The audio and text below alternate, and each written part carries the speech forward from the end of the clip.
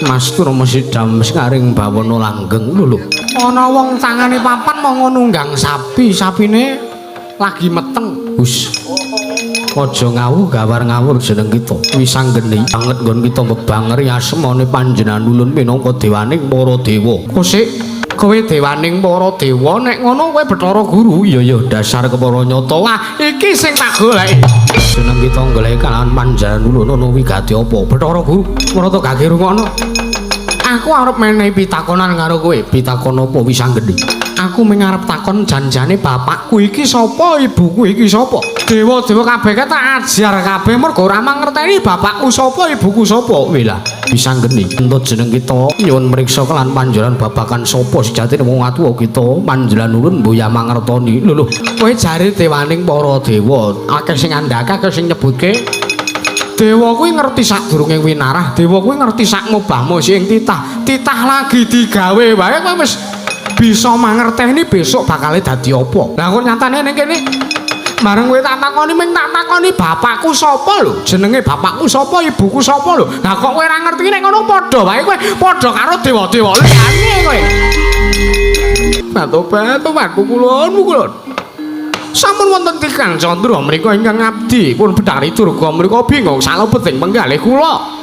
Kula menika bingung kados pundi anggenipun badhe ndamel tentrem lan leremipun manahipun putra paduka pun Dewa Srani awit anggenipun sanget adreng.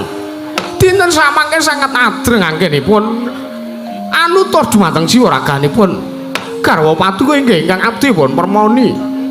Ana gegayuhan apa ingkang den gayuh lan ingkang ginebeng sajroning penggalihe Atmaja Ulun Dewa Srani marata diake matur Bathari Durga. Inggih. Rikala semantara sawijining dinten nalikanipun Kang Candra kapengker Dewa Srani menika kadhe dene tiyang kedanan dumateng salah sawijining wanita. Ateges Dewa Srani menika kepengin mengku garwa sawijining wanita. Sanes ka wanita limrah ingkang badhe dipun pundhut garwa dening anak kula pun Dewa Srani nanging wujuding widodari pukulun. Astungkara sidam sekaring bawana langgeng premoni. Mestine wae kita minangka jejere wong tuwa yen to mangerteni kekarepane anak ingkang kaya mangkono yen to Atmaja Ulun ya Atmaja kita si Dewa Srani kepengin gayuh sawijining widodari utawa kepengin mundhut garwa minangka jejering prameswari ana ing negara Tunggul Malaya. Yektine jeneng kita minangka wong tuwa kita kuwi minangka ibu kang ngemong kelawan Atmajamu mesti wae jeneng kita bisa mangerteni marang kekarepane anak. Inggih nuwun sawene namung babakan ngrabekke kemawon kula menika sagah.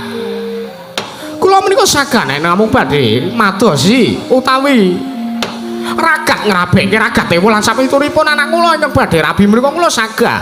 Nanging wonten setunggal perkawis ingkang kula menika taksih nimbang anggelar anggulung dumateng perkawis menika sampun ngantos wonten ing sak mangke. Anak kula pun Dewa Srani kedon tembe wingkingipun. Lah banjur apa ingkang kita ginebeng utawa apa kang dadi legetaning ati kita teka ngasih jeneng kita bingung kok nganglengan kang kaya mangkono permoni. Batu nuwun sewu kula nuwun sewu menawi kula dipun keparengaken menapa kula mboten badhe dipun dukani mboya permoni mboya bakal ulun dukani. Nuwun sewu rikala semanten sareng ingkang abdi pun permoni menika nanting kula nyuwun priksa dumateng anak kula pun Dewa Srani sinten ta wanita utawi widodari ingkang ing samangke badhe dipun wengku garwa dening anak kula pun Dewa Srani piyambakipun matur bilih mboten wonten widodari mboten wonten wanita wonten ing alam padang menika ingkang duwe saged ngrubuhaken bebeteng jiwa kanalendranipun Atmaja kula pun Dewa Srani kejawi among Atmajanipun jawata ing swarga dahon Atmajanipun Bathara Brahma inggih menika pun Bathari Dresana lho pukulun. Bapak kula nuwun sewu lho, kula nuwun sewu. Kula mriko ngantos kesupen matur bilih ing samangke. Anak kula pun Dewa Srani mriko anggenipun gandrung-gandrung kampi andhem.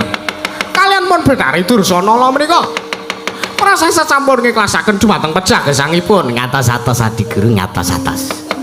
Sampun ngantos nyawang mripate. Aja disawang mripate. Ini sampeyan nyawang mripate wah kapilut. Dumateng aturipun Bathari Durga mriku. Inggih Kakang Narada mesti kemawon ulun prayitna.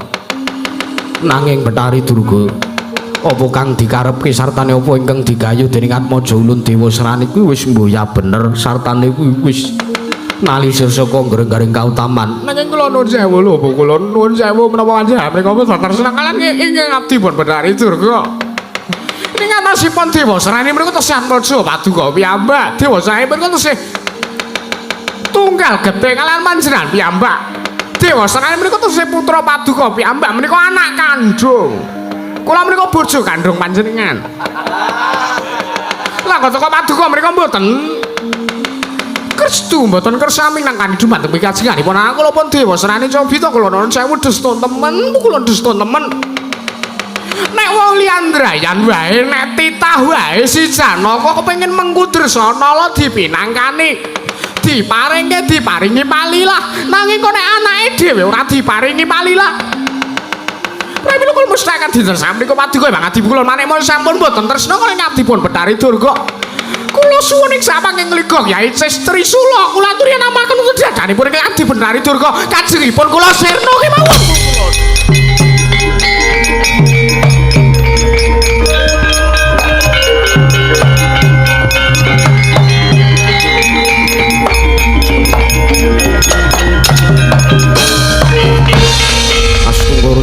Karing bawuna langgeng permoni wonten paring adhawa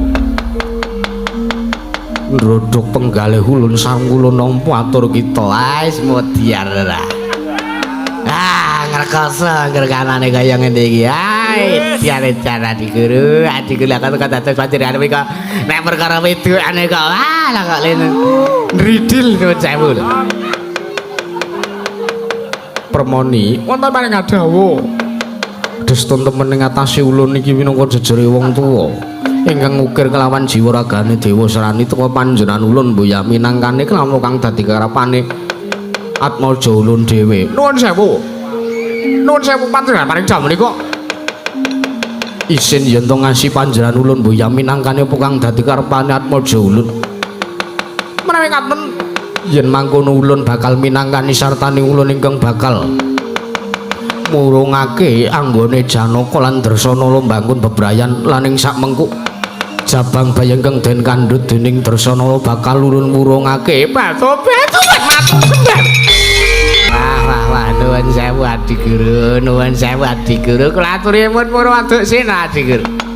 Sampun ngantos ing samangke panjenengan getun wonten tembe wingkingipun Adi Guru. Kula nuwun sewu, kula nuwun sewu. Wonten ing ajeng kala wae ingkang raka sampun ngemutaken ngatos-atos ning kalih Betari Durga menika ngatos-atos sampun ngantos panjenengan kalimput kapikut dumateng aturipun Betari Durga menika Kakang Narada sampun kula kinten menika perkawis kula warga antawisipun kula kaliyan Atmaja ulun inggih menika pun Dewa Serani lan garwa ulun pun Betari Durga. Tiang liyandrayan boten dipun keparengaken cawe-cawe perkawis menika. Wah, jane dian edan pun boten kenging dipun emetaken panjenengan menika. Nuwun sewu. Nuwun sewu lho Adi Guru. Menika sing jeneng garwa menika pancen leres. Garwa menika sigaraning nyawa. Bojo menika maling ditresnani. Anak menika ugi dipun tresnani dening tiyang sepuhipun. Ning nuwun sewu, pakartinipun Betari Durga menika sampun alisir saking ngreng-ngreng kautaman. Pakartinipun Dewa Serani menika ugi sampun boten leres. Sampun kesul wonten margi ingkang boten leres. Nanging kula nuwun sewu Kakang, menawi jengandika kula aturi menggalih. Menawi jengandika kagungan putra, tumuli putra Paduka gadhah gegayuhan. Lajeng menawi panjenengan boten minangkani dumateng gegayuhanipun Atmaja Paduka pun Kakang Resi Kaneka putra lajeng ing sakmangke badhe nglalu kados pundi. Lah nek kula ki tergantung bocahe. Nek gegayuhane apik mriku mesti kula support, mesti kula dukung. Nek gegayuhane elek nalisir saking anggere-anggere ketaman anak kula modiar mbok ben. Lah mriku fleksibel kemawon Adi Guru. Kakang Narada menika gunemanipun kok kados mekaten. Nah nggih nuwun sewu, nuwun sewu. Ingkang raka mboten cawe-cawe perkawis menika ampun. Sagung bakarane tanggung perkarane Adi Guru. Suropati wonten paring adhawuh wulun marata diakiti Timbalana. Kadang kita ya Atmaja ulun ing swarga dahana ya Bathara Brahma kinen sowan ngadhep ngarsa ulun dina iki uga wektu iki uga. Nono ngestaken dawuh keparang kula nyuwun pamit madal pasilan Rama pukulun ya sing ati-ati aja kaya bocah cilik Suropati Atmaja ulun indra.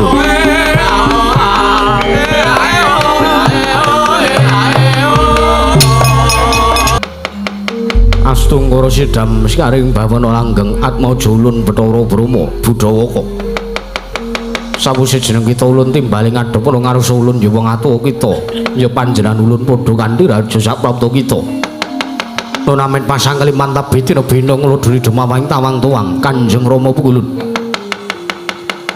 Keparang paduka mejian nimbali dumateng piswanipun ingkang putra ing swarga dahanipun Budhawaka keparang wilujeng pisowan kula ngaturaken sembah bekti kula kunjuk Kanjeng Rama Pukulun. Iya ulun tampa mboya lewat pangestu ulun tampanono keparang kawula pun dia karo jimat paribe ndahene kasantosan Budhawaka wonten timbalan ulun. Aja kaget jeneng sira ulun nawi ulun timbali ana ing Kayuwangan Suralaya wektu dina iki merga pancen ana bab utawa rembug ingkang wigati ingkang kudu ulun dhawuhake kelawan jeneng kita. Bab iki kados menapa Kanjeng Rama? Ya ingkang sepisan wektu dina iki panjenengan ulun nampa pisowane Bathari Durga. Bathari Durga ngandharake ature Atmaja ulun ya atmajane ing Tunggul Malaya ya kuwi Dewa Srani anggene kepengin adreng nggayuh kelawan salah sawijining midodari kang mapan ana ing Kayuwangan. Kepareng paduka kados pundi? Lan mangertiya Budhawaka dudu kok midodari liya, dudu kok wanita lumrah kang kepengin den gayuh. Dening Atmaja ulun pun Dewa Srani. Waktu dina iki ingkang den gayuh dening Dewa Srani Boyaliya kajaba mung Atmaja kita ya wayah ulun Dresanala Budhawaka mula kang saka kuwi ulun jaluk kanthi banget kelawan jeneng kita urungna wigarna antarane Dresanala lan Arjuna Budhawaka. Wonten mangapunten ulun. Nuwun sewu. Nuwun sewu. Mobil kula dipun keparengaken nanjaken ingkang langkung tetela kula nuwun sewu. Nuwun sewu kula. Kepiye Budhawaka? Menapa kula mriku mboten lepat anggen kula midhangetaken pangandika paduka Wangadi Rama iki kula Manikmaya. Mboya. Mboya nuwun sewu. Ingkang paduka dawuhaken kala wau kula kedah migaraken dumateng bebrayanipun anak kula pun Dresanala kaliyan putu kula Janaka mekaten. Iya pancen kaya mangkono. Merga wektu dina sak mengko Atmaja kita ya wayah ulun Dresanala bakal ulun dhawuhake kelawan Atmaja ulun Dewa Srani. Mula kang saka kuwi ulun njaluk kanthi banget ulun baleni sepisan maneh ulun njaluk kanthi banget wigarna bale wis semane Arjuna lan Dresanala lan ulun njaluk urungna cabang bayi ingkang den kandhut dening Dresanala. Aja pukulan kula nyuwun banget.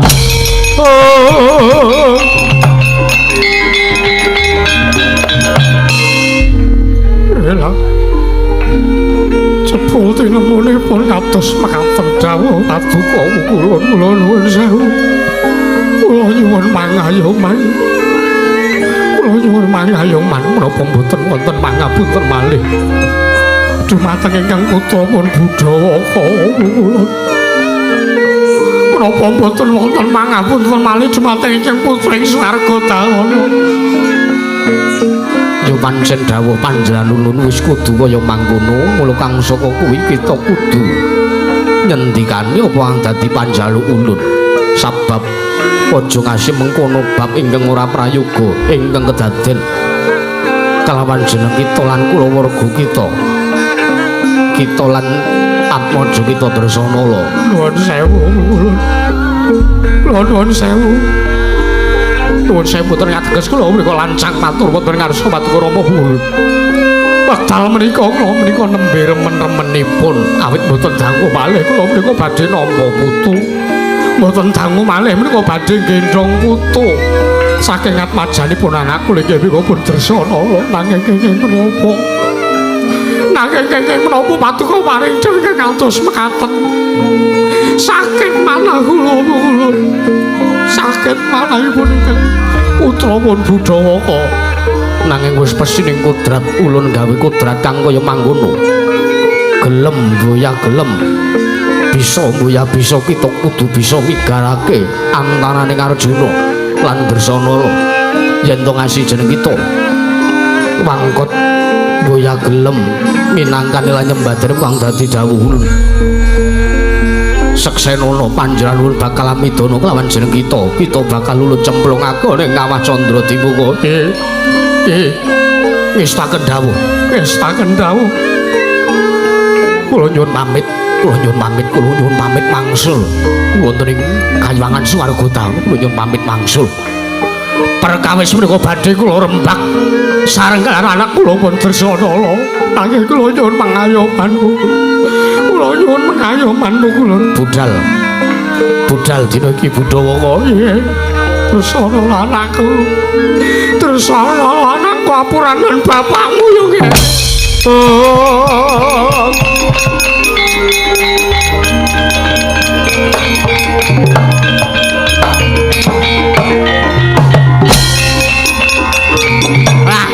bergensang harus saya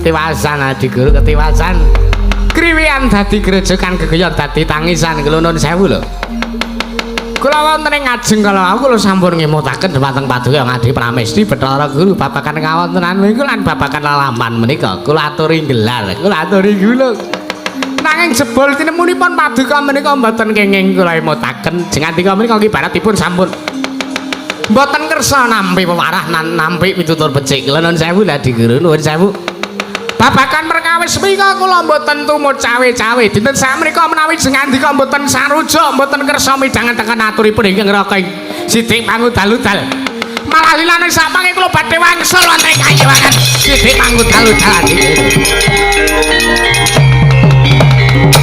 Durga wonten paring dawuh ulun babagan Kakang Narada kita mboya usah melu menggalih inggih kula nuwun sewu senajan to kula Narada menika tesih sederek kalian paduka Ngadi kula Manikmaya nanging sedulur kan nek ming nyrimpeti apa sampun dipun ikhlasaken kemawon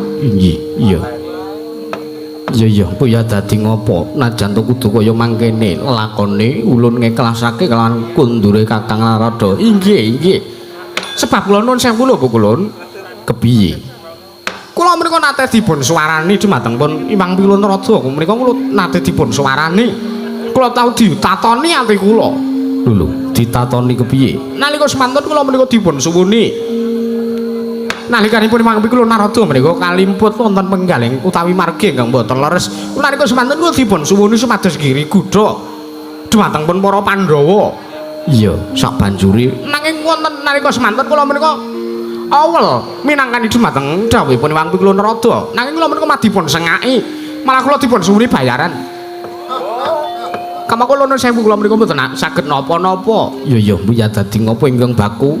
Apa Kang Jinaka lan Atmaja kita ya Atmaja Ulun Dewa Seraning sakmengko bakal kasembadan. Inggih kula matur sembah nuwun.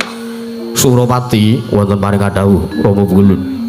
Gandeng kaya wuspana jejiban panjenengan ulun wektu dina sakmengko iki. Marta diake bubar kang padha siba jeneng ulun Narsa Kundur manjing ana sak lebeting Karang Kawidodaren ngestaken dawuh Rama Kulun kepareng kula nyuwun pamit madal pasilan iya ingkang ati-ati Suropati kaya mboya ana dawuh maneh Atmaja Ulun Indra Batobat sode selikur dina anakku nggih Dewa Serani yang tunggul Malaya aja kaget lan sartane aja duweni rasa kepiye-kepiye ya nggih merga jeneng sira ta suwun supayane ngenteni ana ing repat kepanasan nggih Kanjeng Ibu nggih mboten dados menapa jalaran kula mriku namung nengga wekdal kados pundi kabul kawasanipun paduka Kanjeng Ibu Bathari Durga anggenipun nyuwun wonten ngarsanipun Imang Kulun Manikmaya supados kula kadhawuhaken dening Kakang Mbok Dresanala ing swarga dahana iya nggih lajeng kados pundi dawuhipun Imang Kulun Manikmaya kados pundi Kanjeng Ibu? Atobat. Iki mawapun ibu wis sowan ning Kayuwangan Suralaya dawuhe Wang Pikulun Manikmaya. Arep sajak mboh arep nrimakake ora arep nrimakake. Anggonmu kepengin dhawuh kelawan kadangmu ing swarga dana ya kuwi Sidrsanala. Nggih. Nanging sampun ibu ngrapal mantram aji panggendam asmara ndana asmara tantra. Sanalika luluh penggali Wang Pikulun Manikmaya wekasan nuruti apa kang dadi kekarepanmu? Waduh. Matur sembah nuwun sanget Kanjeng Ibu wondene paduka sampun kestu. Paring sabiyantu dhumateng ingkang putra nggih. Kula ing tunggal malih pun Dewa Serani. Iya nggih mul Kang Saka kuwi tata. Kang samapta ing gati sawega ing diri. Nggih. Kepareng paduka kados pundi? Wektu dina iki mung kari nunggu, wektu mung kari ngenteni. Tibaning wektu. Besok kapan kowe bisa ngukup garwa mundhut garwa mboyong kelawan Dresanala Dewa Serani. Nggih, menawi ngaten monggo kula dherekaken Kanjeng Ibu.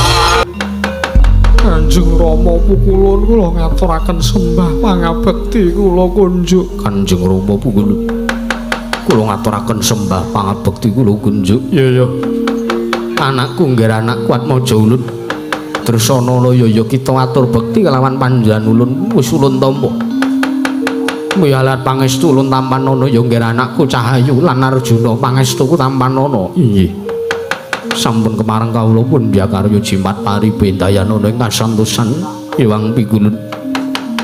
Wonten menapa sajak sumengka tindak paduka sinambiang wonten salah sawijining pasemon ingkang sajak kirang maranani wonten penggalih paduka Rama.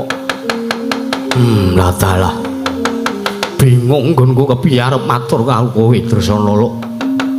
Luwe-luwe sira kulup ya kita wayah ulun Arjuna ing Madukara.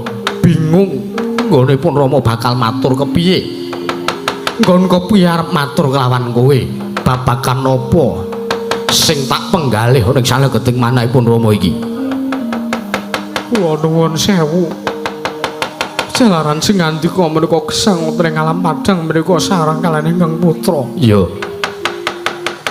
Kula suwun kaicalana jigo lan mergewuh Kanjeng Rama aturi paring dawuh. Wonten wigatos menapa wontene paduka Kanjeng Rama Pukulun Bathara Brama.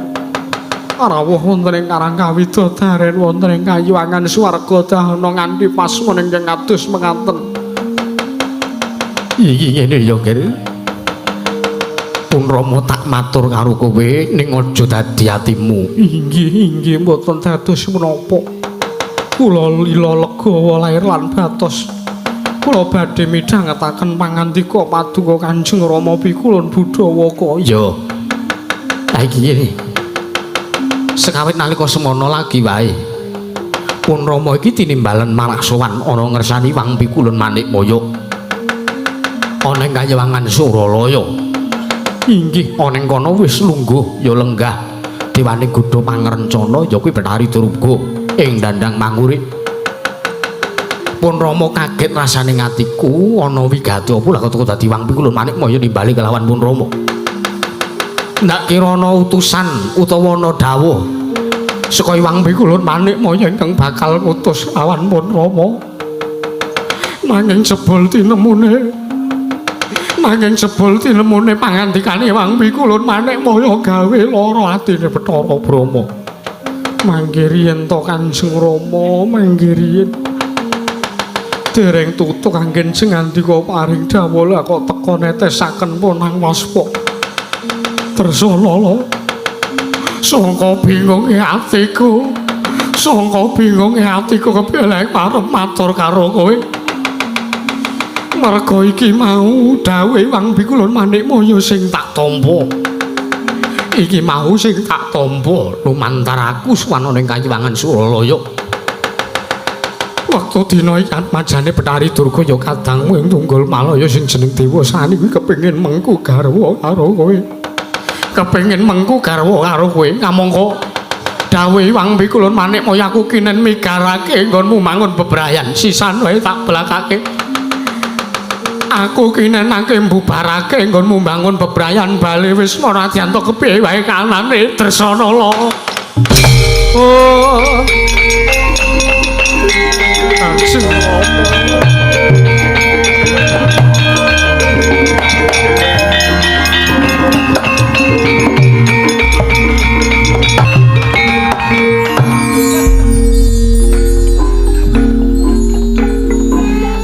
Kiat sopaneng pengalih kula sareng midhanget pangandikanipun Maduka Kanjeng Rama. Iya sing sareh hatimu yo nggih sing sareh hatimu pun Rama jane dhewe yo ora njarak bab perkara iki aku ora kepengin nggonmu mangun bebrayan agung ning alam madang. Rentengan runtung-runtung kelawan Arjuna aku ora kepengin ana sing ganggu. Wis ora usah mbok penggalih babagan pangandikanipun Rama. Nanging kados pundi ing samangke jabang bayi ingkang kula kandhut. Lah ya kuwi perkara sing pun Rama ki bingung. Yen to aku arep murungake nggonmu mangun bebrayan sartane aku arep migarake utawa nggugurake jabang ingkang mbok andhut, dosa apa sing bakal tak sandang Dresanala? Ning aku ki uga bingung yen to aku ora nyendikani dawuh Hyang Pikulun Manik Maya mongko kae Sudarmaku dhewe kuwi uga dosa apa sing bakal tak sandang. Mula aku ki bingung.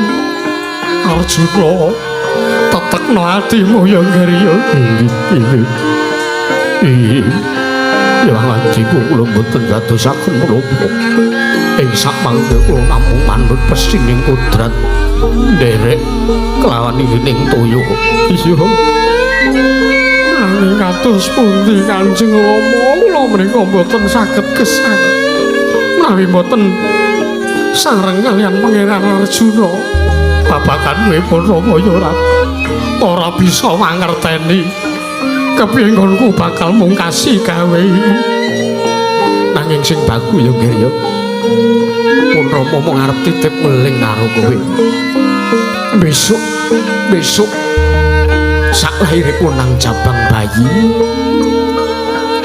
yen to ora bisa nyumurupi eyange yen to ora iso digendhong lawan eyange aku njaluk pangapura mangkeri yen panjenengan paring dawuh kados mangatuliripun menapa ora dadi ngopo wis aja mbok penggalih wektu dina iki aku tak njaluk pamit babagan nggonmu kepengin kowe gelem ngladeni babagan nggonmu gelem ngladeni kelawan Dewa Sani tak pasrahke karo kowe gelem sak karepmu kowe ora gelem ya sak karepmu ingkang baku aku njaluk nggonmu mangun bebrayan kelawan Arjuna terusno lajeng kawontenan Paduka badhe kados pundi aku tak njaluk pamit nglakoni paukuman selawase urip aku tak nyemplung ning kawah Candra Dimuka Kanjeng Rama.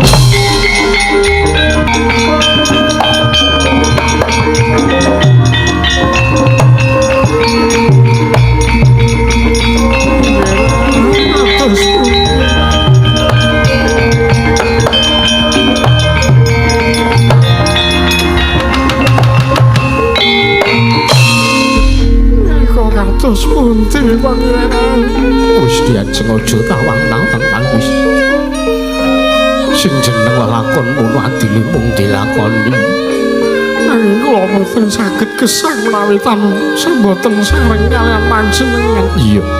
Iya pun Kakang uga mangerteni legetaning atimu nanging mangkene sing jeneng tresna mono ora ana sing langgeng. Liripun tak jarwani yo. Tresnanipun Kakang lawan Diajeng iki pancen nyata gedhe. Ibarate wong sing lagi nglakoni katresnan mono ibarate donya kuwi mung kaya duweke wong loro.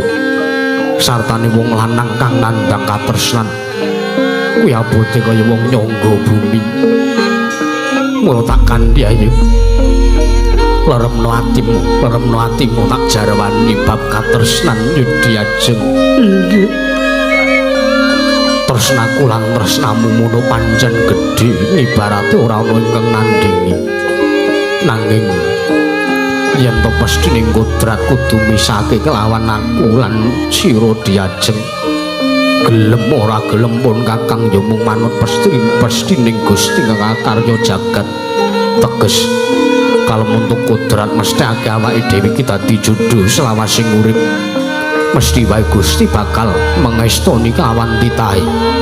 Nanging yen to upama kodrat kuwi ora mangestoni kelawan awake dhewe nggone mbangun bebrayan lilakna selawasing urip, pun Kakang bali ning Madukara ora usah nyawang lawan pun Kakang meneh Diajeng. Pangeran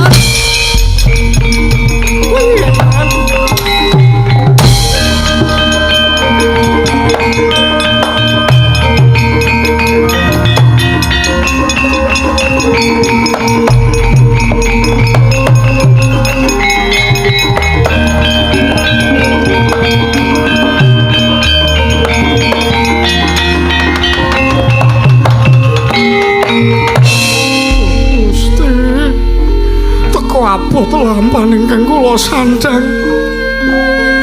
Kula wekdal sakmenika sampun dipun tilar dening tiyang sepuh kula. Malah kula dipun tilar dening guru lagi kula. Duh Gusti, kula nyuwun pengayuman. Kula boten saged gesang wonten ing alam madang. Menawi kados mekaten lampahan kula, alung kula pados dalaning mati.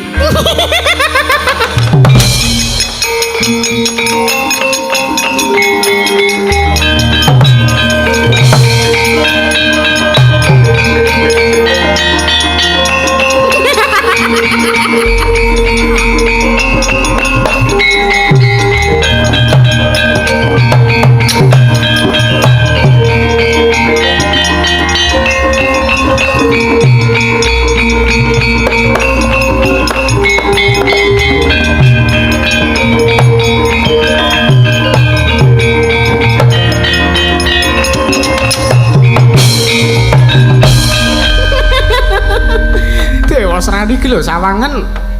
Iki lho sawangen iki lho. Kados pundi Kanjeng Ibu? Calon bojomu wis meteng. Ih. Apa kelakon kowe arep duwe bojo kok wis meteng 7 sasi ki apa ya ora lingsem dipreksani kawulamu akeh. Ya menawi kula lingsem Kanjeng Ibu. Mila sak saged-saged Kakang Mbok Dresanala mriku anggenipun dhaup kalian kula mriku nalikanipun tesih kosong.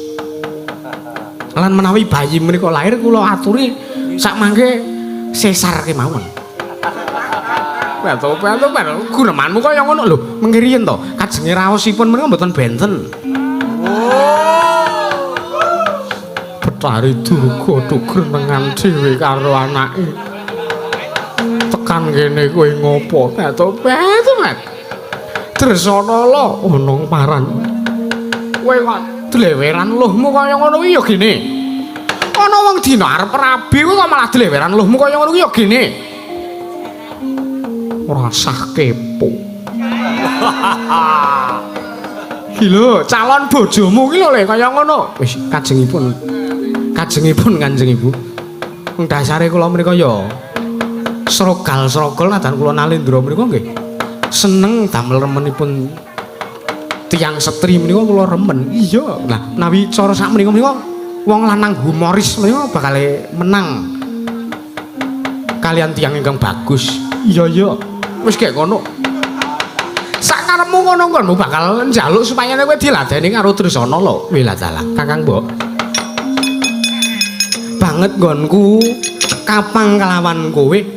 Banget nggonku tresna kelawan kowe. Aku kepengin tok ladeni. Ayo ladenono aku. Ora sudi. Ngladeni wong lanang brangasan kaya kowe aku moh. Aku ora tresna karo kowe lho. Mengko dhisik to Kakang Mbok, yen to saiki tak takon, tresna mono gegaraning wong akrami mono dudu bondo, dudu kok rupa. Dudu kok kawasisan, nanging mung peksi pawitane. Apa ya memper anggere kaya ngono kuwi? Apa kaya ngono kuwi memper tak takon? Wela, kusik to, kusik. Aku tak omongan karo kowe madhep rene. Gah. Lho. Kowe dadi Nalendra ora tau adus. Lho. Kowe ngerti saka ngendi? Aku sing baku moh ngladeni karo kowe. Taunana windanana dikaya ngapa aku isih tetep tresna karo Pangeran Arjuna. Welah, kowe mangkot kowe tak puloso.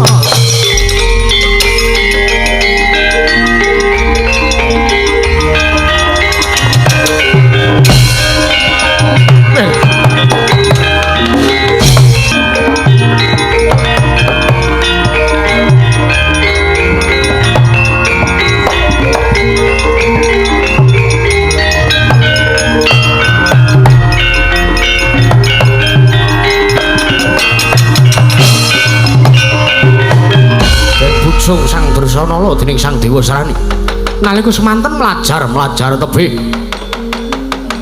ngantos mlebet wonten sak telenging wana nalika semanten dadya karaos sayah paraganing Sang Bathari Dresanala nalika semanten sayah awit den bujung-bujung dening Sang Dewa Sarani tebih pocapane nalika semanten tumunten karaos mobah wonten mobah musiking Jabang bayi wonten sak lebeting nggo garbaning Sang Bathari Dresanala nalika semanten dadya kayolaning jagat gaweaning para dewa. Jabang bayi lahir saking nggo garbaning Sang Bathari Dresanala jalu pekik warnane kaya kagiat Sang Dresanala kala.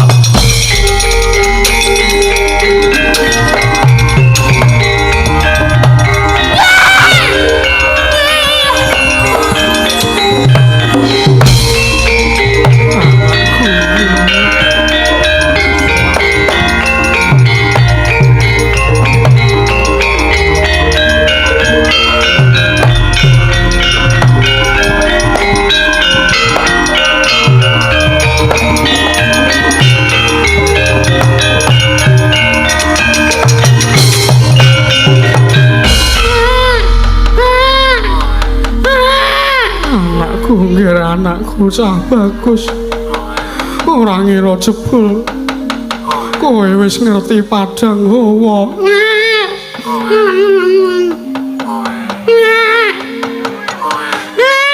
Iya Ngeriya poniku wektu dina iki durung bisa maringi apa-apa karo kowe. Ya mung aku njaluk tak pucek-pucekke kowe ingkang tak gadang-gadang. Merga kowe lahir ngerti padang hawa nalikane kahanane wong tuamu lagi padha tintrem yo nggir. Tak kadang-kadang muga-muga besok kowe sing bisa. Bocah ingkang bisa males ngudi tuwuh lara wirang kelawan lakone wong tuamu yo nggir. Batu-batu ning kene to.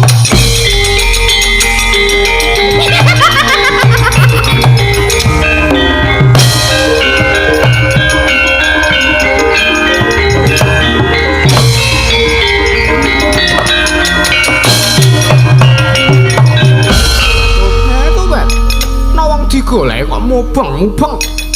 Adoh panane nganti mlebu ning kelenging alas. Dresanala iki ditenteni kok ya malah kaya ngono lho. Iki ditenteni kon ngladeni lan adimu ki lho. Sing wis sumadya tresna kelawan kowe. Ora sudi aku ngladeni wong kaya Dewa Sani. Aku moh aku isih tetep tresna Pangeran Arjuna. Batu-batu. Apa kowe ora kena tak jaluk kanthi srana alus? Apa kowe ora kena tak jaluk kanthi srana alus?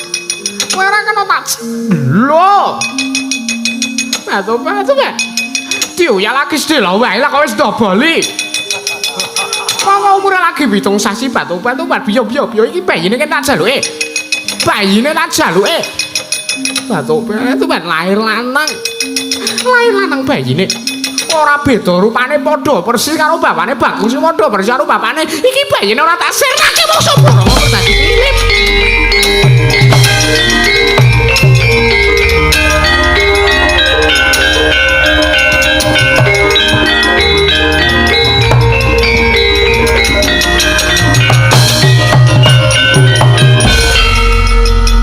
Ana kupu nabrak sengel barang. Gua iki lho. Gua iki. Lho. Ngambung-ngambung apa? Ayo to. Ayo to Kakang Mbok Dursana, ayo ladenono karo aku. Iki tekan kene barang. Ayo ladenono karo aku. Nek kowe ora kena tak jaluk kanthi srana alus, aku wis njaluk kanthi srana alus karo kowe cara kepiye meneh. Aku ki tresna karo kowe lahir batin ora kok mung aku arep ndurusi bondo donyamu ora kok mung aku arep ndurusi karo ayumu ki ora. Nanging aku kepengin ngangsake tresna karo kowe ayo ladenono aku ora sudi. Wong lanang sing ora ngerti kahanan kaya kowe ora bakal iso nentremke atine wong wedok. Apa ora ngerti kahanane wong lagi babaran kene wis dadi randha ditinggal bojone barang kok. Isih wae ngecek kaya ngono kowe.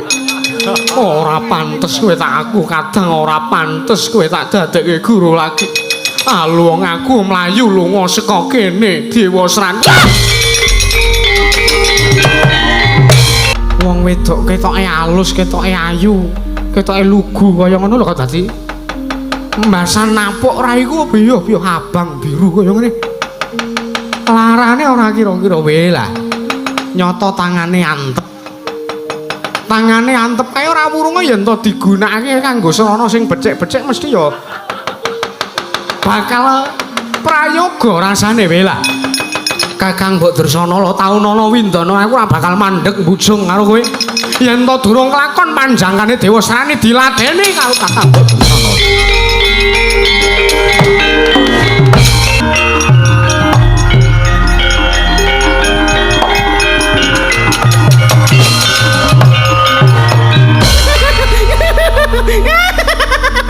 Bocah iki ora tak cemplungke kalah ora lega rasane ngatiku.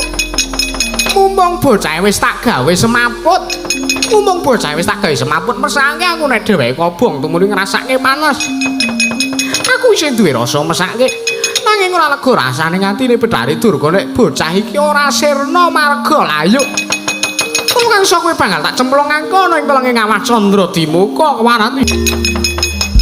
Aning Sang Bathari Durga ingkang ngarsa ing sedya arsa nyemplungaken sang jabang bayi wonten salebeting Kawah Candra Dimuka dadi ingkang sampun nganglang jagat nenggih Sang Hyang Asih Prana sigra mlebet ngasrup wonten angganing sang jabang bayi nalika semanten jabang bayi den lebur mboten ajur nanging malah dados dewasa gagah branyak pasemone dadi kagiat melajar Sang Hyang Waladewa.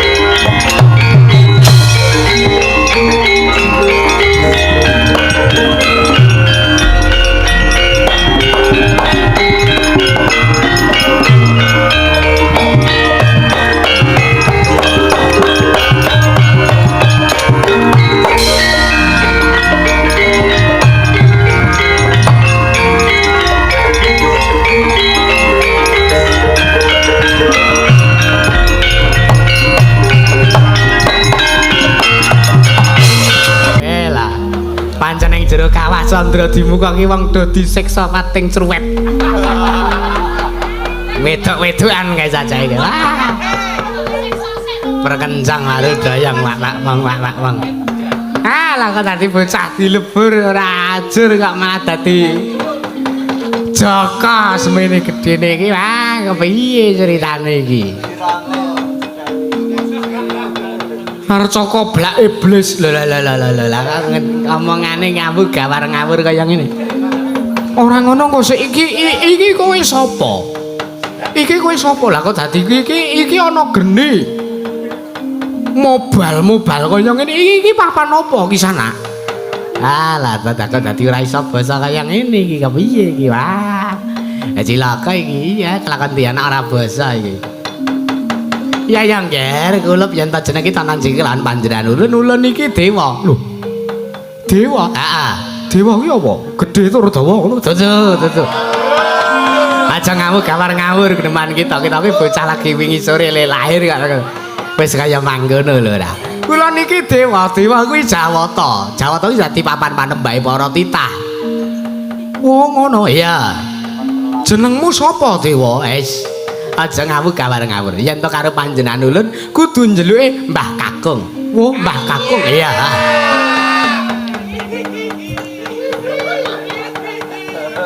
Kae sing doting brengoke dibayar pira? 350. Wis aja buka wadian ning kene, Pak. Jeneng kita ki sangat ora. Kaya nganggono ra ya. Iya Mbah Kakung. Ha. Mbah Kakung jenenge sapa? Ulun Mbah Kakung ya Pukulun Rada. Oh, Pukulun Rada. Ha.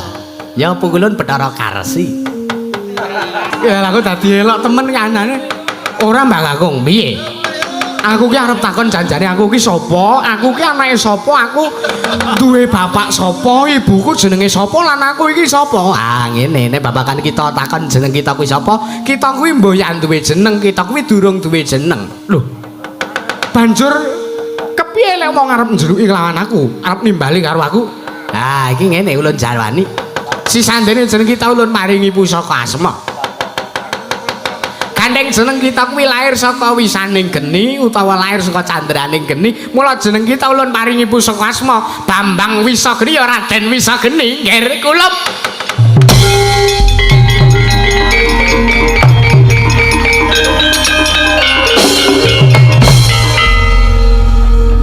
Nek ngono aku Raden Wisageni. Ha, iya pancen nyata. Banjur aku arep takon bapakku ki janjane sapa, ibuku sapa? Ah nek babakan kuwi dudu menang ulun maringi priksa kelawan jeneng kita. Lho, banjur aku kudu takon karo sapa? Ayo mentas kok kene, mengko tak kandhani papane. Mentas kok kene tak kandhani papane ya ngger Wisageni. Ya wis, nek ngono ayo Mbah Kakung tak derake, Mbak.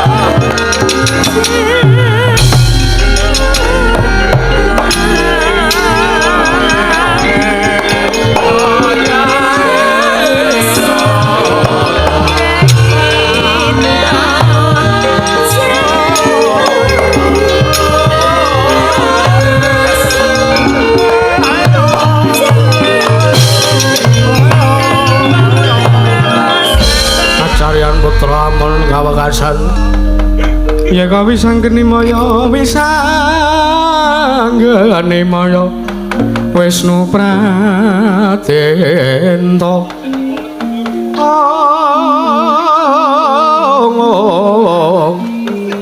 Ronangguna magawe klarira wang ya wis boya dadi ngapa karang kahanan cuaca. Iya Mbah Kakung ayo. Mbaleni rembug mau nalikane awake dhewe mabur. Nah. nalikane awake dhewe mabur mau jarene ning kene iki ana dewa ampuh. Ha iya ana. Lah ya kuwi sing ulun bakal dawuh kelawan jeneng kita takonana dewa kuwi. Lho.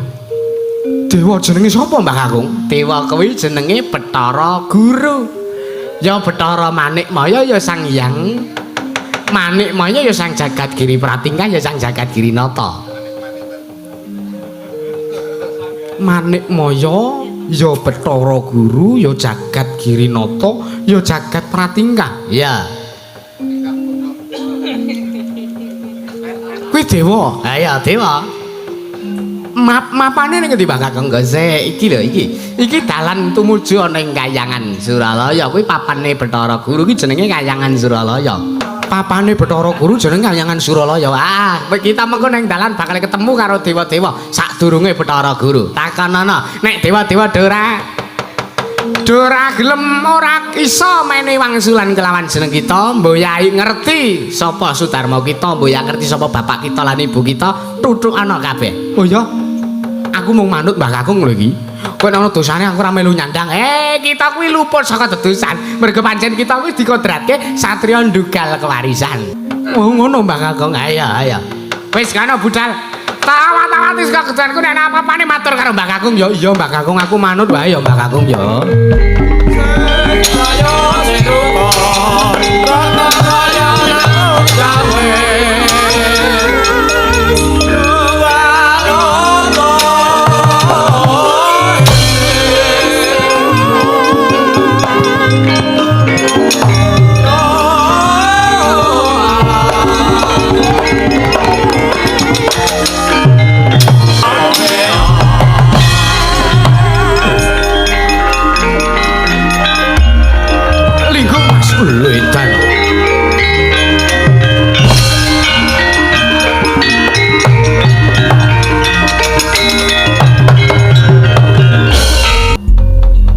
apa kowe sing jenenge Bathara Guru? Lho kok dhisik. Lah kok dadi ana bocah sing murang tata karo para Jawata nungkak krama ora basa. Kita kuwi sapa? Basa iki cara ngendi? Aku ki ra iso basa. Aku ki ra iso tata krama. Katakan basa tata krama ki aku ki ra bakal iso selawase urip. Lah. Panusmaning jajalanat kita kuwi sapa? Lah kok dadi nanjeke marang wong atuwa ulun ya kuwi Wang Pikulun Manikmaya. Takon karo aku Raden Wisanggeni ya Bambang Wisageni. Raden Wisanggeni ya Bambang Wisageni ya dasar kemana nyata. Kowe sapa? Takon karo aku ya ulun niki dewa ning Kahyangan Indraloka, ulun Bathara Indra ya Bathara Surapati. Oh Bathara Indra ya Bathara Surapati ya dasar kemana nyata. Lah kok dadi jeneng kita nungkak krama munggah ning Kahyangan Suralekasan gawe gara-garane Kahyangan para dewa bubar mawut. Merga ana titah ingkang wani munggah ning Kahyangan Suralaya. Blakasuta blakutang terus terang aku goleki karo sing jenenge Bathara Guru. Aku goleki karo sing jenenge Bathara Guru, dudu kowe sing tak goleki. Ayo mikir, welah. Sadurunge jeneng kita sowan ngadhep marang ngersani Wang Pikulun Bathara Guru dhisik adhep ana Bathara Indra. Oh ngono, iya. Ya ora dadi ngopo, kowe slamet uripmu waton iso mangsuli pitakonku. Lho. Pitakon apa sing arep mbok menehke kelawan panjenengan? Aku mau ngarep takon janjane bapakne Wisanggeni kuwi sapa? Aku arep takon jane bapakku kuwi sapa, ibuku sapa? Bapakne Wisanggeni sapa, ibune Wisanggeni iki sapa? Ayo, kowe iso wangsulan apa ora? Kowe tepung apa ora karo bapakku karo ibuku kowe ngerti ora? Bela. Sing gedhe pangapura kita yen to jeneng kita nanjake kang dadi wong atuwa kita ya Sudarma kita panjenengan Blakasuta blakutang terus terang aku mboya mangerteni, ulun mboya ngerti. Kowe ora ngerti tenan? Yo ulun mboya ngerti. Lah nek ngono pancen kowe iki dewa sing pantes. Pancen kowe iki dewa sing pantes diwenehi pelajaran kok tampanana tungkae Wisanggeni.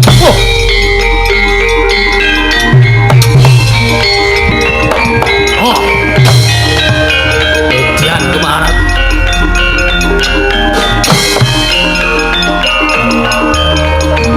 Kamu dadi kono. Weh.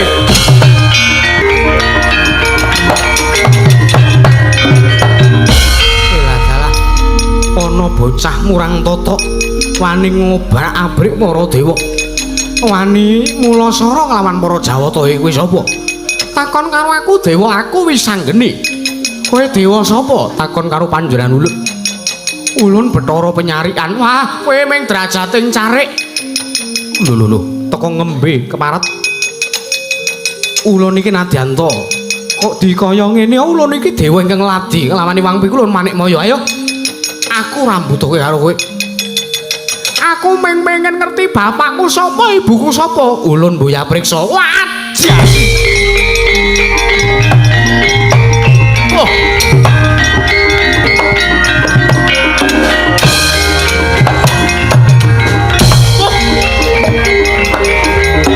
Kaya ngene kuwi entek.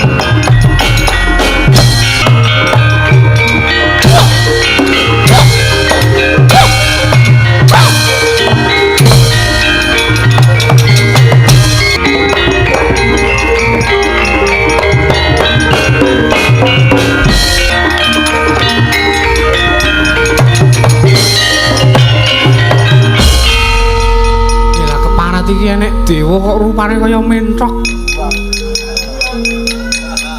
Rupane kaya banyak. Kowe sapa? Nah. Ngembe karo panjenengan ulun. Ulun Sangyang Bathara Temburu. Temburu? Iya. Kayanganmu ngendi? Kayanganku ana ing Trimulya. Ana ing sakiduling pasar Kayewangan Suralaya. Wo. Kowe ming dewa ngisoran ya kowe ya. Kowe dewa ramutu kowe. Melah. Bocah murang tata ya kowe kudu tak adili. Kowe ora tak menehi paukuman saka para dewa aja takon dosa, Pak. Pinulasara Sang Hyang Temburu. Dening Sang Wisanggeni ngantos tutuknya ngantos kiwir-kiwir. Den ginakaken melajar kenging angin swantenipun ya entang. Ayo ilang dewa kok dadi ora kajeng kangang yang mati pati.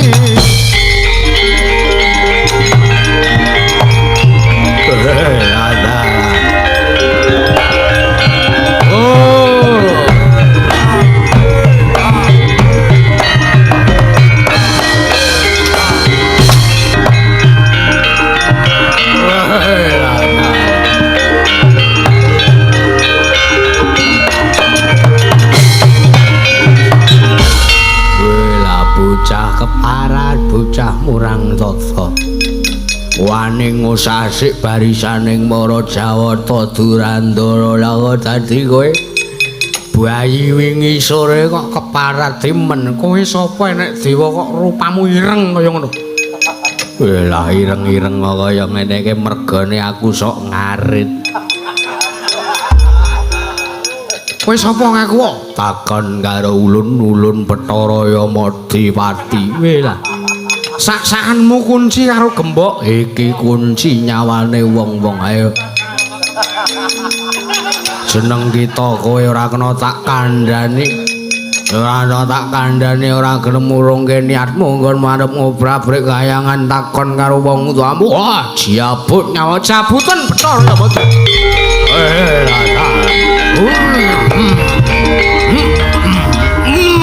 Wah. Belum. Lah kok angele raja mah. Baleno.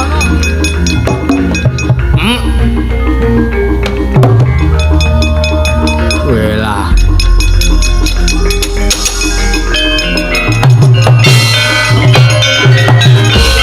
Ora iso njabut nyawaku malah kowe sing tak jabut nyawaku. Wah.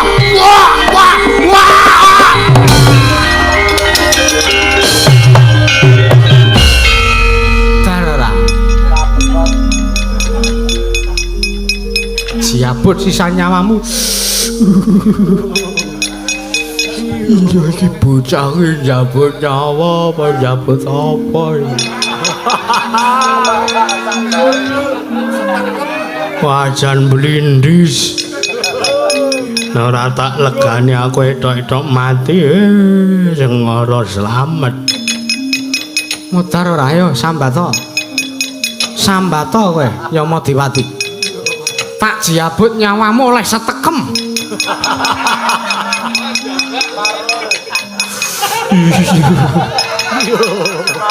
Mules rasane. Iya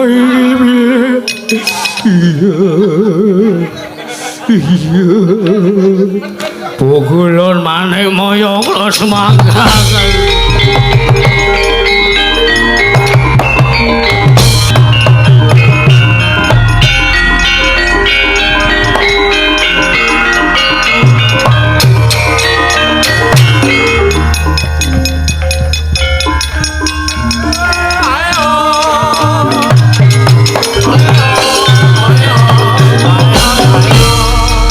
Maning jajalan kertaning bawane iblis lan strayali binatang menungso ora tatanan parep iki ana wong kok tangane papat oh ilahing Mastur Mesidam sekaring bawana langgeng lho ana wong tangane papat mau nunggang sapi sapine lagi meteng hus aja ngawur gawar ngawur jeneng kita wisanggeni banget nggon kita mbebangeri asmane panjenengan ulun minangka dewaning para dewa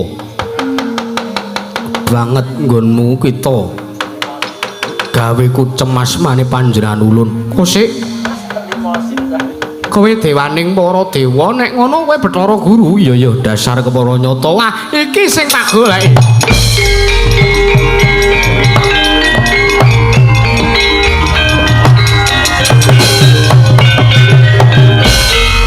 kita golek kan panjenengan ulun ana wigati apa Bathara Guru ora to gak kirungono aku arep menehi pitakonan karo kowe pitakon apa wisanggeni aku mengarep takon janjane bapakku iki sapa ibuku iki sapa dewa-dewa kabeh tak ajar kabeh mergo ora mangerteni bapakku sapa ibuku sapa wela wisanggeni yen to jeneng kita nyuwun mriksa kelan panjenengan babakan sapa sejatine wong atuwa kita panjenengan ulun mboya mangertoni lho kowe jare dewaning para dewa akeh sing andhake akeh sing nyebutke dewa kuwi ngerti sadurunge winarah dewa kuwi ngerti sak mubahmu sing titah lagi digawe wae kowe wis bisa mangerteni besok bakal dadi apa lah kok nyatane ning kene bareng kowe tak takoni ming tak takoni bapakku sapa lho jenenge bapakku sapa ibuku sapa lho lah kok kowe ora ngerti nek ngono padha wae kowe padha karo dewa-dewa liyane kowe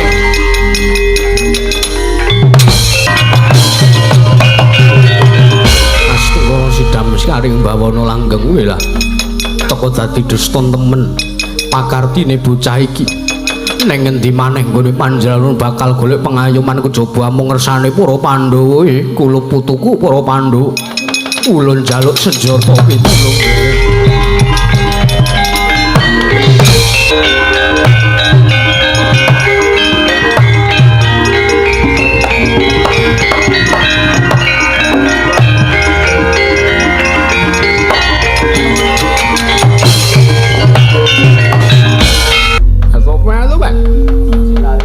iki bocah ingkang ngobrak-abrik kanyangan Suralaya dasar kepara nyata aku wisanggeni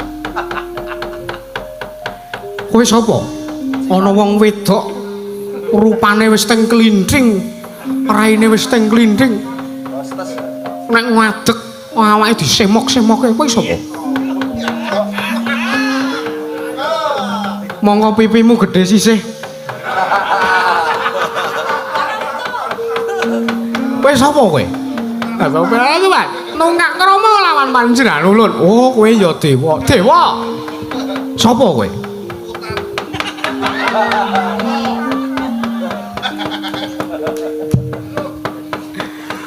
Ulun Bathari Durga. Dewaning Kuda, dewaning Pangrencana. Oh, jenengmu Bathari Durga. Iya. Wih lah. Lah kok dadi kowe nganggo ndrok. Aja-aja kowe mau sing tak ngerteni. Kowe keluyuran wengi-wengi, mabur turut nggon wit-wit, guyu cekikianku gek kowe. Lah to itu Pak duduk. Ayo Betari Durga, aku arep takon karo kowe. Aku arep takon karo kowe. Kaya sing wis tak takonke karo para dewa-dewa kae mau. Janji kowe ora ngerti bapakku sapa, ibuku sapa, kowe tak udani nang kene batu.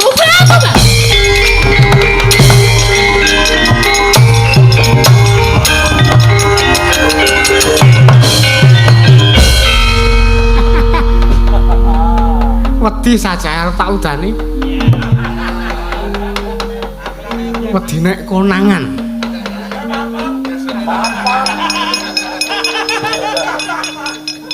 Beda karo sing kae. Kae mono mapan nek duwite kok. Lah, ya ora dadi ngopo Betari Durga ora kecandha ora dadi ngopo. Sing baku aja ngasih aku katri wandan aku kudu nguyak karo Bathara Guru.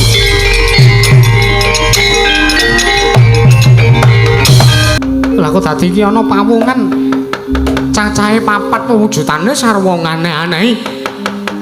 Iki sing arep dhewe wujude kaya genthong iki arep nguyuh iki saja.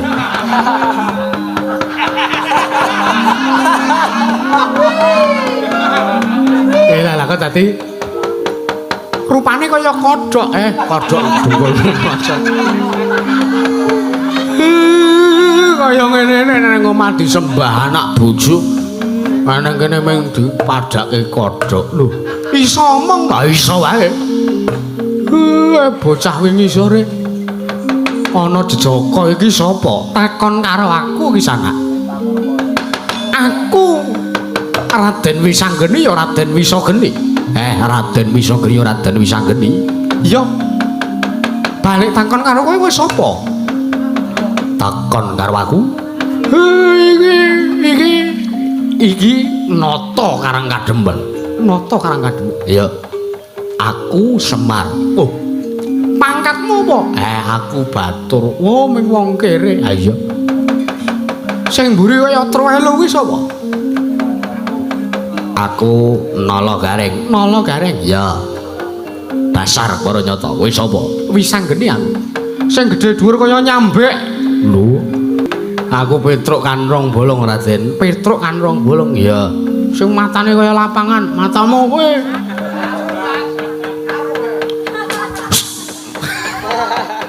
Aku nang omah disembah anak bojo nang kene wing dimatak-matakke.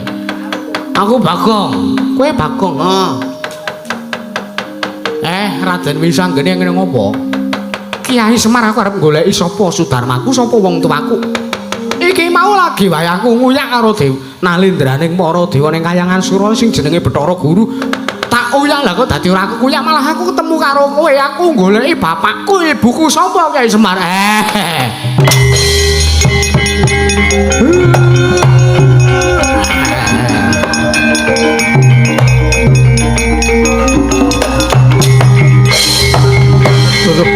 Aku dadi kowe teko ngrangkul nglawan aku. Nyuwun pangapunten Ndara. Lepat kula diagung pangaksami. Lho, kepiye Kiai Semar mengke riyen? Nek jenengan takon kalih Bathara Guru babakan tiyang sepuh panjenengan menika sinten niku pun bener. Niku pun trep niku pun pantes. Merga dewaning para dewa niku Semar kowe saka nguyuh to kowe mana? Iya. Dewaning para dewa niki kudune ngerti sakmobamu sing titalaning kok si Manik Maya niku ora ngerti karo bapakne sampean, ora ngerti karo ibune sampean. Lho mengko dhisik kowe kok dadi nungkak krama karo Wang Pikulun Manik Maya. Kowe iki sapa? Manik Maya niku adi kula. Nek janjane kula niku ngerti bapakne sampean sinten, ibune sampean sinten niku ngerti. Nah nek ngono kandhanono wae. Mboten memper nek kula ngandhani teng mriki mengke malah ming rampung tekan semanten lakone. Wajibe sampean nyuwun mriksa, wajibe sampean kudu nguyak, kudu didedes nika si Manik Maya. Teng endi papane, teng endi parane manguyak mawon Ndara Wisanggeni. Iya, Kiai Semar iya.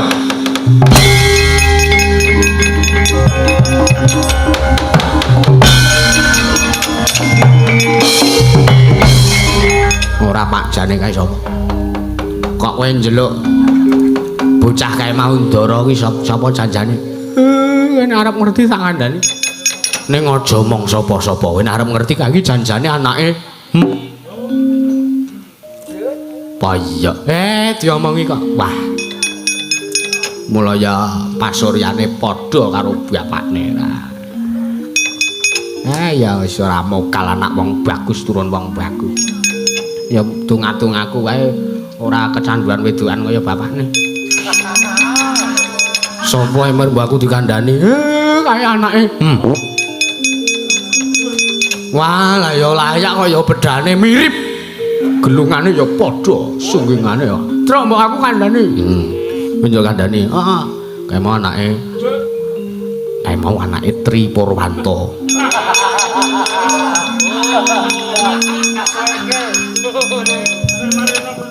Tenane ayo. Adik Tri Purwanto dhe anak gantenge kok ngono. Anggepe ra kae mau anake.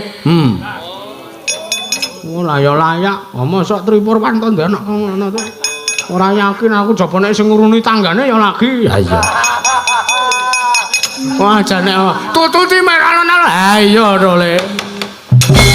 Arjuna wonten paring dawuh. Kae ponokawan-ponokawan nggih kon rene kae. Nggih, nggih. Senengane wong dibayar kok malah minggat. Nggih mengke dipun cathut kemawon. Ya. Saka ngendi wae kowe? Seprana sepene pirang-pirang tahun kowe kok ora ana kabar. Kowe lunga endi? Wah, Jelamrung. Kowe minggat endi kowe? Aja omong nek kowe ora bali nang negara Ngamarta mergo cantol wedoan meneh. Ya ora. Nggih, nggih. Nyuwun pangapunten Koko Prabu, nyuwun pangapunten Kakang Mas. Beli dipun keparengaken kula nyariosaken lelakon kula. Ya kepiye? Anggen kula duk nalikanipun kula mbrasta angkara murka.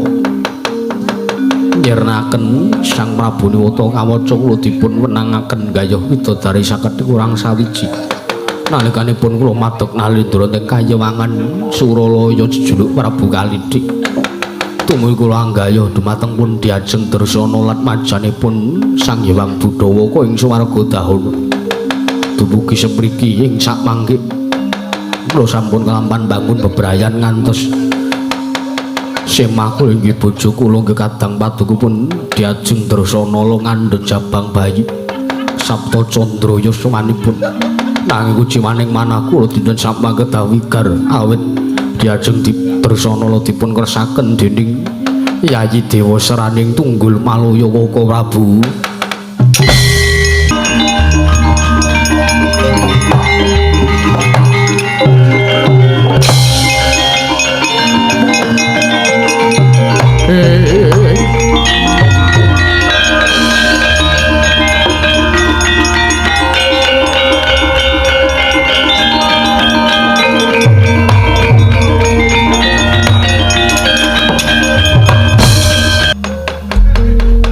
Pukulun kula ngaturaken sembah bekti kula kunjuk pukulun ya Kresna Ulun Tamba.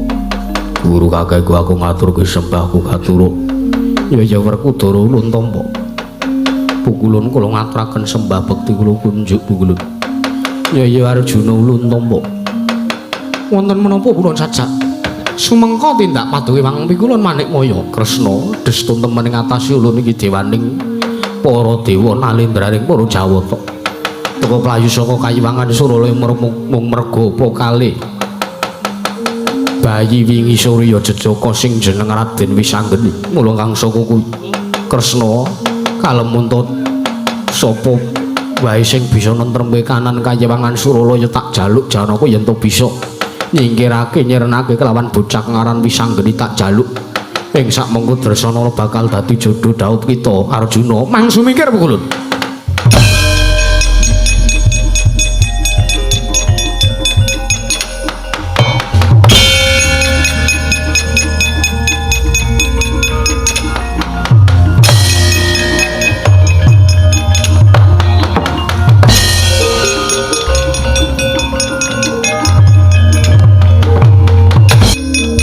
Tengarane ngajurit gong Maha Guru Gongso Wah, edan. Iki ana wong raine bagus, pasuryane bagus. Kowe sapa kowe? Takon karo aku Panengah Pandhawa. Raden Arjuna, ayo apa kowe ngaran pisanggeni dasar kepara nyata. Aku ning kene golek beburonku sing jeneng Bathara Guru. Ayo kowe nyingetake karo Bathara Guru nglakon tak sirnake sirna margalayu kowe Amuk Suramrata.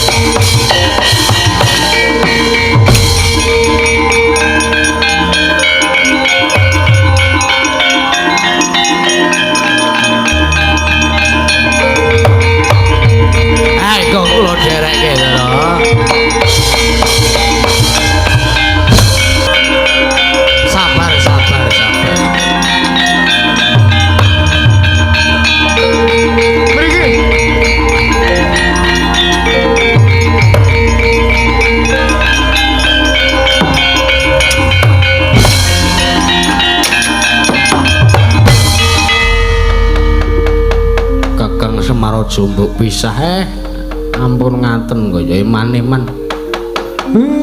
Niki bocah ya digawe nganti petengkukan nggih. Aku mung arep diajar arep disirnake niku kula nuwun sewu niku kirang trep. Kyai Semar ngopo aku mbok pisah ampun. Empun lek gelut empun. Lho, sababe apa? Ah mengene sampean gelut kalih niku sampean getun. Nek ngantos niku mati sampean getun. Lho.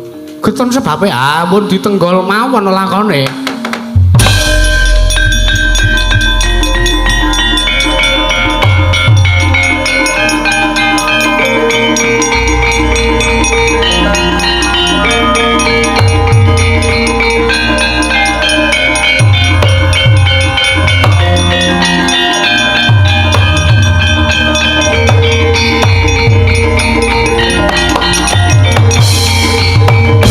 Kakang Semar iki sapa Kakang Semar?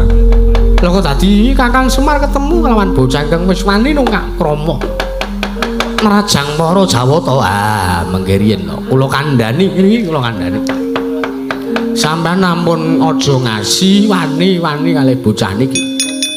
Lho sebabe apa? Ah, mengke riyen merga nuwun sewu. Merga niku anake Lho. Apa iya Kang? Nggih to, cobi to. Mang delok bedane, mang delok ulat-ulatane.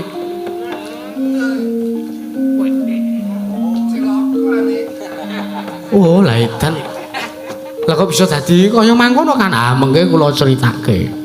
Kakang Semar kuwi anake sapa? Niku anake Tugimen. Edan lah kok dadi ngedap-edapi ning atase mung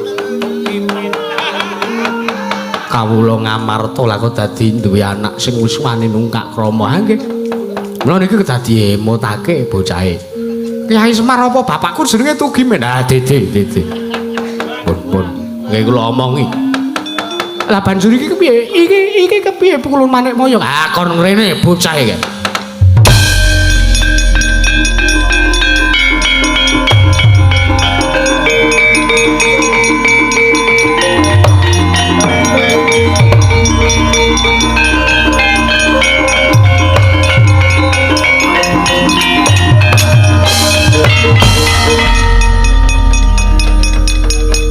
Piye? Iki bocah sing wis wani karo kowe. Narep adil ya adil ana saiki Kakang Semar. Kula nyuwun lare mriku dipun banjutke mawon Kakang sampun ngantos dipun belani. Ah ngopo kowe nek aku belani bocah iki kowe ngopo? Kowe ora trima? Mboten nrimakaken. Awit lare mriku sampun wantun ngrisak Kayuwangan Suralaya. Aja do sembrono ta. Sawangen nganggo permana jati aja ming nyawang bocahe tok Manikmaya.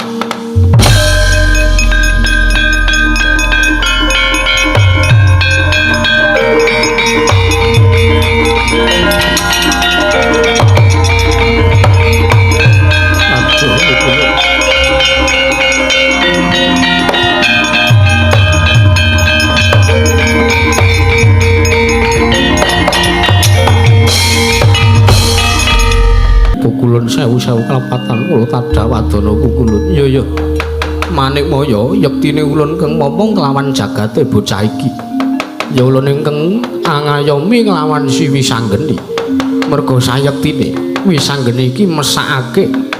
Merga Wisanggeni iki ingkang dadi korban patrap kita ingkang Boya Prayoga nyuwun pangapunten ulun. Sejatosipun Wisanggeni menika atmajanipun sinten? Bab perkara kuwi dudu wenang kita ingkang baku. Ayo wektu dina iki ulun kanthi kundur makayangan ning Kayiwangan Suralaya jeneng kita bakal ulun maringi pidana Manik Maya nyuwun pangapunten lumu.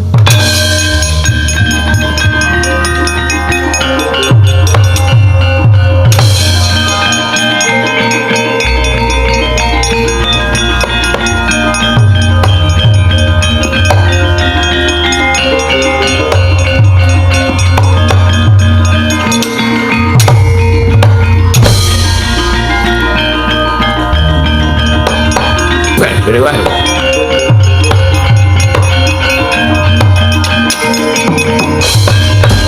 Ora Kakang Semar, jan mulehmu arep ngandhani iki kapan? Mengke ben ngerti dhewe. Ngentasi wekdal sing pas. Lah jeng kula pas-paske bocahe obah wae.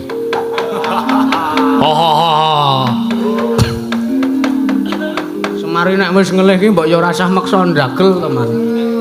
Kowe ngerti rombongan semene iki do ngelih, do randhe tenaga areng guyu. Ana ngliwet sik kana. Wis arep sahur iki. Kowe ngopo melu lingguh nang kene? Aku jenge.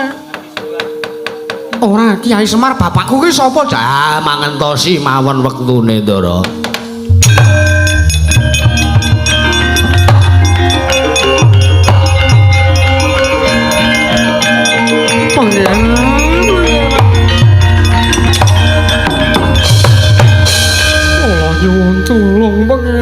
Kula nyuwun tulung. Kula dipun bujuk kaliyan Dewa Srani. Diajeng garwane wong kathah. Aja sumelang diajeng wis tak rangkul. Siset awakmu diajeng.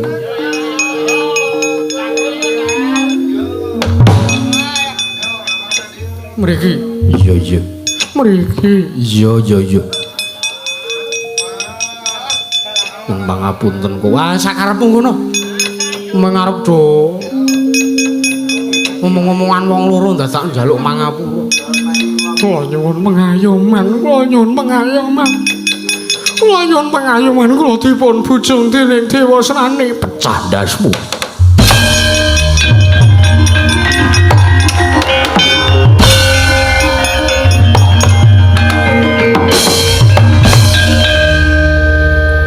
Kiai Semar, ha pripun?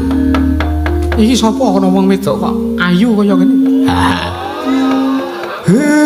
Niku nek jenengan priksa sing jenenge sinden, jenenge Anggi niku. Ora aku takon tenan iki sapa? Ha niku Betari Dresanala. Betari Dresanala kuwi? Ha niku mamakne Wisanggeni. Lho, iki ibuku Angge. Waduh, anjing ibu.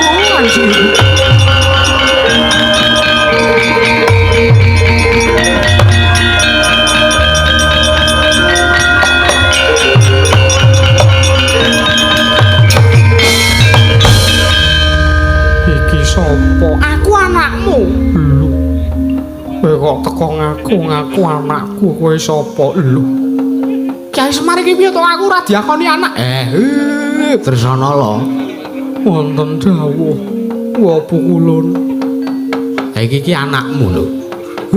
Apa kowe ora eling? Nalikane kowe dibujung-bujung karo Dewa Srani nganti kowe keguguran. Lahir bocah, lahir jabang bayi umur 7 sasi ya. Nalika semua cemplungke awak Candradima karo Betari Durga. Dadi bocah semene iki anakku nggih anak.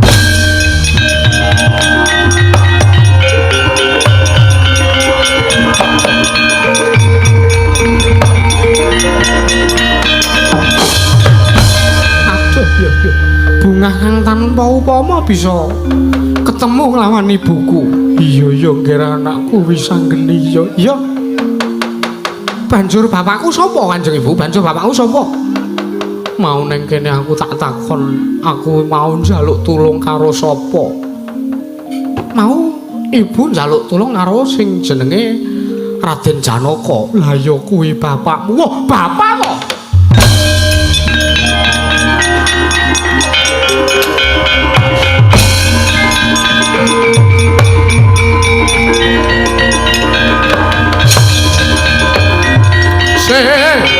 Arwendi, Rano, rasa.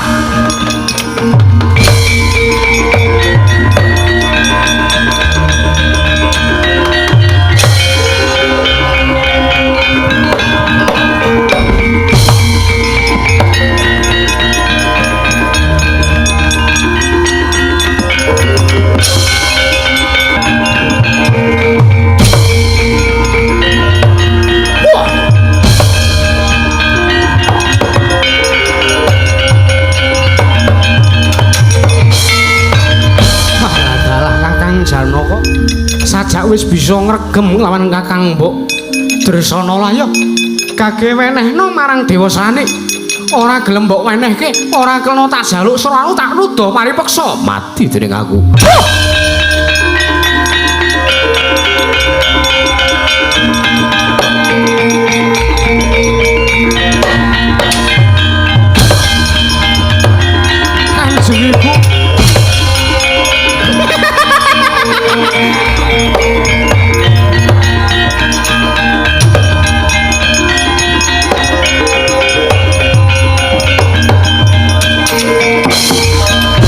Kanjeng Ibu kula nyuwun pangayoman Kanjeng Ibu.